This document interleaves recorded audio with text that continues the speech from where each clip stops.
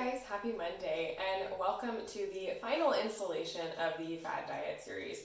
I'm so excited for all of you guys who have been along on this little journey with me the last 5-6 weeks and watched all of the videos. It's been so awesome to have everyone come and watch and send out responses, and it's just been really interesting.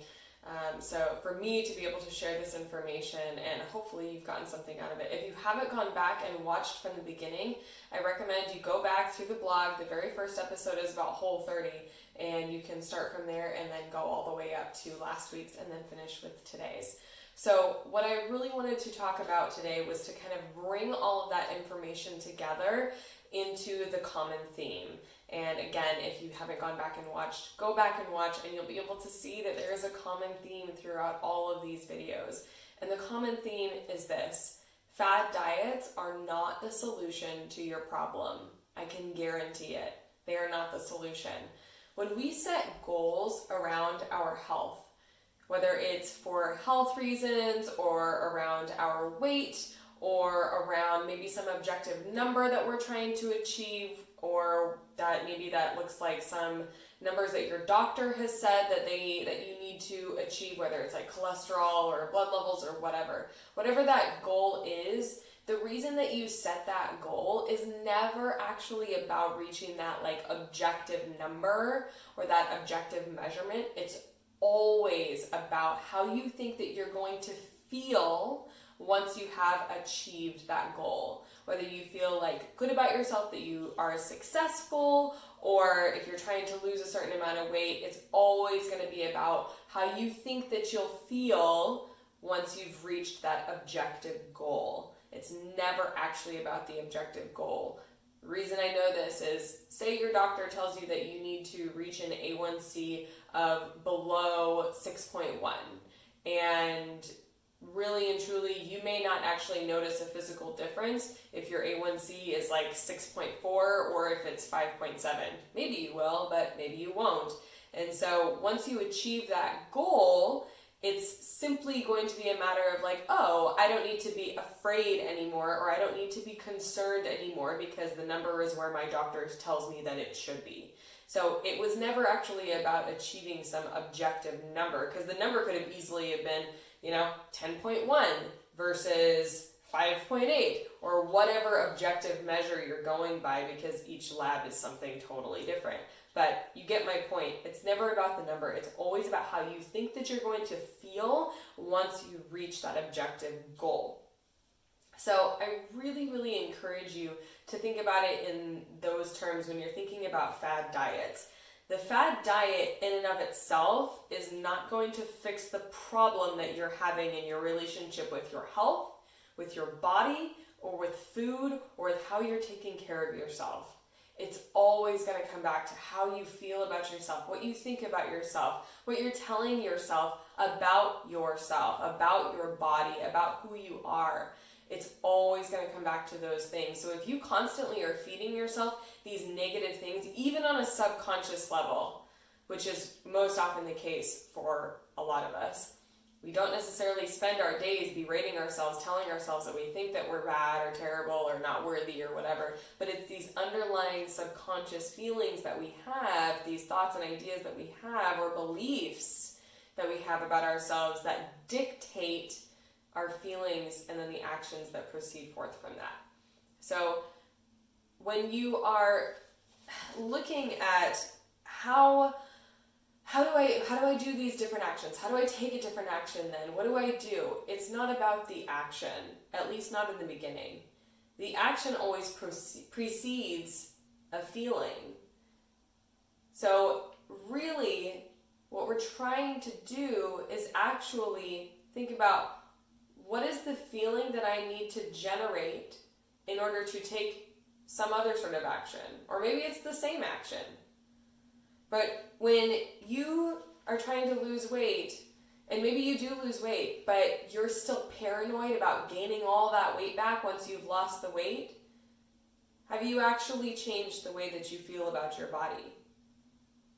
If you meet some objective goal that your doctor has set, are you still going to continue to take those actions if your doctor doesn't continuously come at you instilling fear in you about risk factors and probable cause for disease? Maybe, but probably not. If you are trying to suddenly take care of yourself because you think that you should, or because you think that you're supposed to, but then the slightest inconvenience or roadblock comes up, are you still going to be engaging in those healthy behaviors when something comes up? I don't know. Probably not. I see so many people that the slightest roadblock comes up and they're like, oh, couldn't do it. Can't make it happen. And they think that the only way that they can actually instill these healthy behaviors in themselves is if all of the circumstances are just exactly perfectly lined up.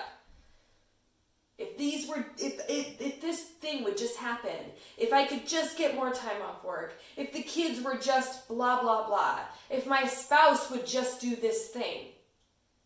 Rather than taking responsibility for the self and acknowledging that the external circumstances are not or what preventing you from taking care of yourself, it's you.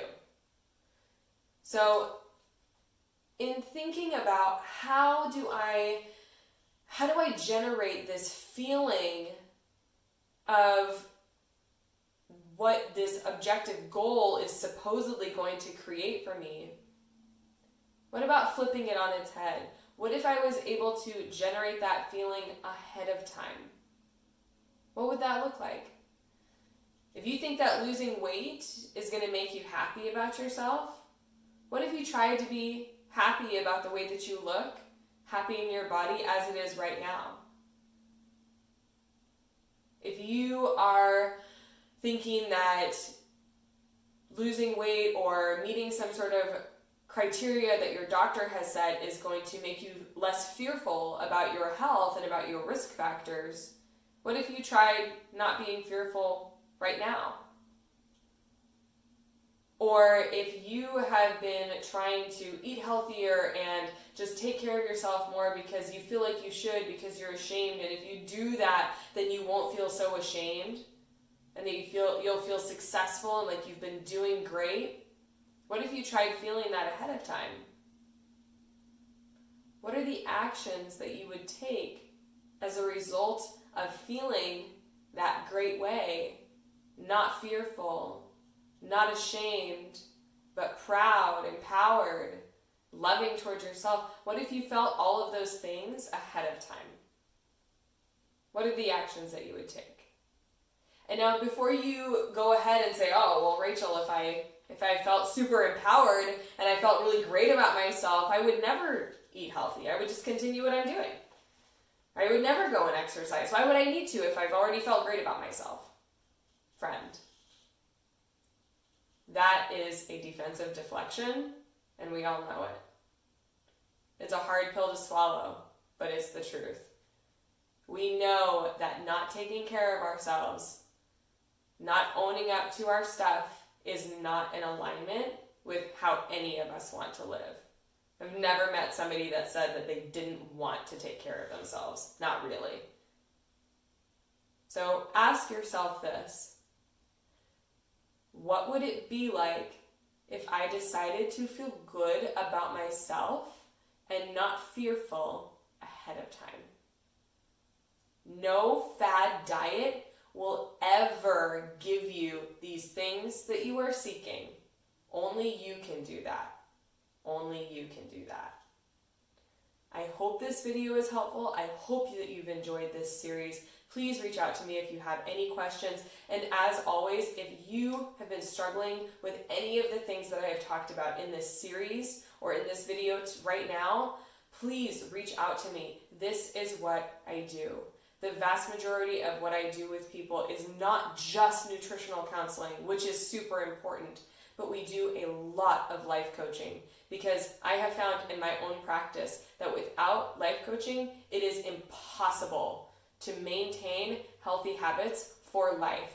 You have to address the stuff that's going on in here before you can take action that is lasting and meaningful.